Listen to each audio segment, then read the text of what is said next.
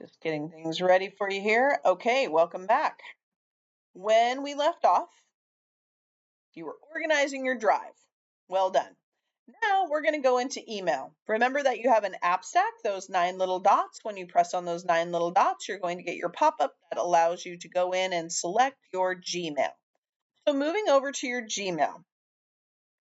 Remember when I said, if you have a personal file, things that, gosh, you don't want to get rid of it, like just trash it, but you want to be able to save it somewhere. Okay, so here's what you have to do. You need to ask for your parent guardian permission and have them assist you in opening up your own account. And that could be Gmail, that could be whatever account they allow you to have. That's your personal form of email and storage and all of that. Okay? Now, sorry, there's something flying in my house. The next thing you need to do is when you're over in your Gmail, you're going to go to Compose.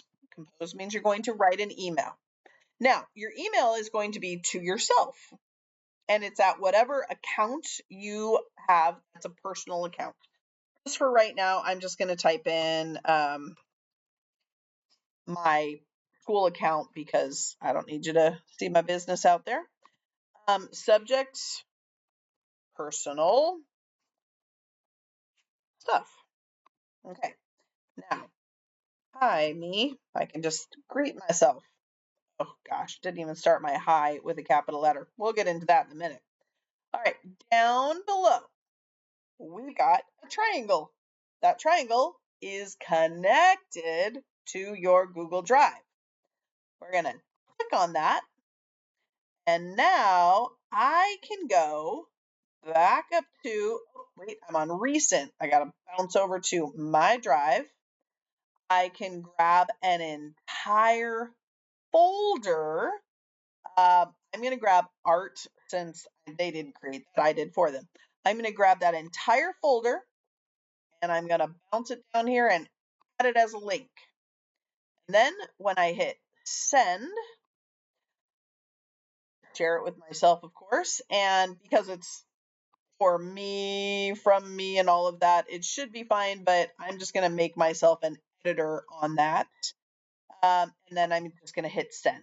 And that allows me to basically open up my stuff, even though I'm sending it to myself as a different name. A little bit confusing, but if you don't care if you trash all your personal stuff, then just go ahead and trash it. And trashing is super easy. All you do is scroll down, grab the document that you want, and you can just move it straight into the trash can and out it goes. Okay, but now let's get into email because there's a couple of important things that you need to do. You'll notice on V's over here, the last time they cleaned up email was maybe 2 months ago, and in that time they've acquired 338 email messages. And I think my face might be in the way. I can't see myself right now, but it'll be in your upper right corner. It'll say like 1 to 50 of 338. That 1 to 50 means it'll show you 50 email messages at a time. 338 is the total. Okay, just like with Google Drive, we also have a place to put things here. They're just called labels, called something different.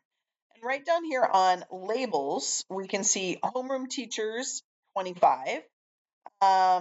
We can see VRP7 stuff, and that's like personal. Once again, they need to go in and clean this up. And something else I don't need to explain. What we need to do is make a new label. So over here under labels, there's a plus sign, create a new label. Okay. New label might be anything from your homeroom teacher. So maybe I just type in, you know what? I don't even have to type in the homeroom teacher's name. If I just go like 4A, and all I do then is just hit create. All right. Now, right over here, I have a 4A button. Easy. The next thing that I do is I'm going to grab something that can go into 4A. Let me scroll down the list here so I don't grab something they need for sure. Grammarly. There we go. I'm going to grab Grammarly. I'm just going to drag it over here and dump it into 4A. And now it's in there and it's no longer taking up space in my box. It just cleans and organizes it. The other thing is you probably have a whole lot of stuff on here that you do not need anymore. It's probably weeks old and you've never seen it. So, easy way to do that, we're going to go up here to this big box, select it. Now, everything is highlighted in blue. That means whatever action I'm about to take, it's going to happen to everything in that blue area. I might not want all of that done, and they probably don't want all of this done. So I'm going to unselect some of these items on here, especially the ones that I know they just got maybe within the last week or so. Let's see, we're at May 23rd. Let's bounce down a little bit more. May 22nd, so these are still somewhat relevant things. They may or may not need them, I don't know. Okay, actually I know what that is. All right, I think we are far enough down for now. So, next thing, all of these things are still highlighted. I have two options that you are going to want to think about doing. First option is I can trash them. If I simply click this trash can right now, all of these things are going to go into the trash. And I want you to imagine the trash truck has driven away and it is never coming back. You are not getting those things back ever, ever, ever again. Might be okay, but here's the option I prefer to do, and I do this with almost everything I have. I select this one. When I'm highlighting over it, I'm hovering and it says archive. Put it in archive. Archive is a way, it's like you're storing it in your attic or your basement. You might never go back there and get it again, but if you had to, you could. So I'm just going to dump all their stuff into archive. And everything that was on that page of 1 through 50 is now in there, everything I selected. But there's still 318 items in total. So it's going to take a little bit of time. Not time that we're going to take right now. Okay, now the last important thing that I want to share with you before you just use the rest of your time to clean up is how to write a professional email, because that is going to be really, really important to do. You know what? I just realized that I archived one of their emails that I wanted to show you.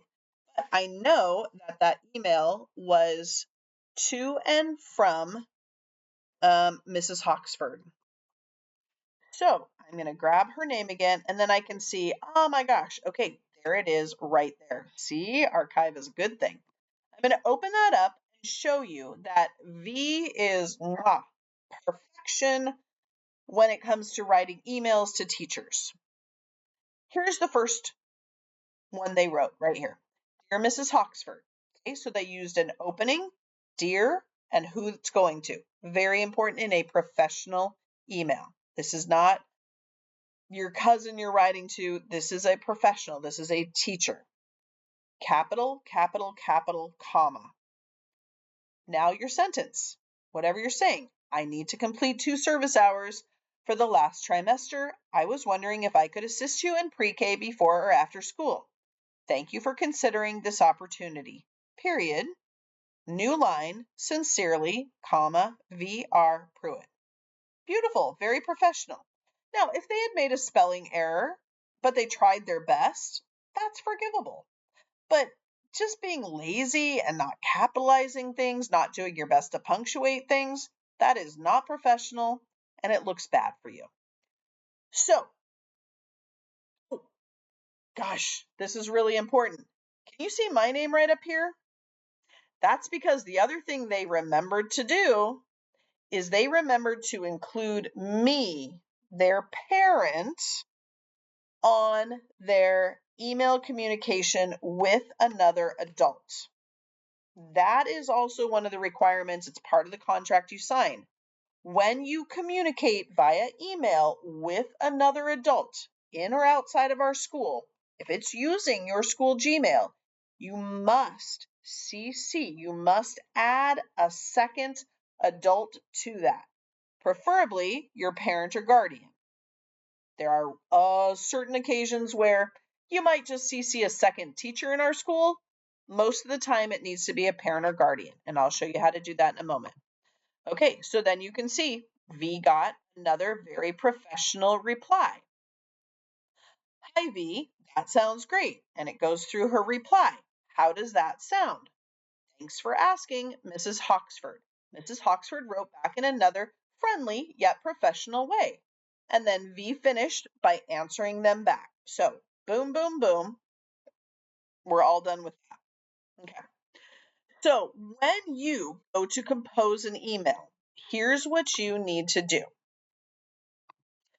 You begin by sending it to someone. So, we'll send this one to Mrs. Myers. Okay. Now, because I'm sending it to another adult in the school, pretending I'm a child, I need to CC another adult. I'm just going to send it to both Mrs. Myers and Miss Mears, and we're good to go there. My subject, well, what am I about to say? I have a question. That's easy enough. It's just, what are you about to say? It's so they can look back over here on the subject, new material, graded as puzzle. Did you take a writing break? These are all the subjects right down the center. Okay, opening that back up again. Dear Mrs. Myers, I was wondering what today's math homework was. I was sick. Sincerely, Mrs. Pruitt. Okay. All professional. Use my capitals, use my punctuation, boom, boom, boom. Then we simply hit send and off it goes. All right. I think that is really all I need to share with you on this. So now we need to practice organizing any emails you have. If you want to practice sending a professional email and getting a reply back, you can email me. I would love to see what your professional email message looks like. If you want to practice with any of your teachers, I'm sure they would welcome it. Just let them know in the subject line, practice email, and then let them know what you're doing. Easy as that. But you have to remember to CC your parent. Now, your teachers happen to know your parents' email addresses, so you can ask for help with that as long as they're not too busy. I'm sure they can help you figure that out, but that might be something moving forward that you kind of want to know. All right, that's it. Have a good rest of your class and be oh so kind to one another. See you later.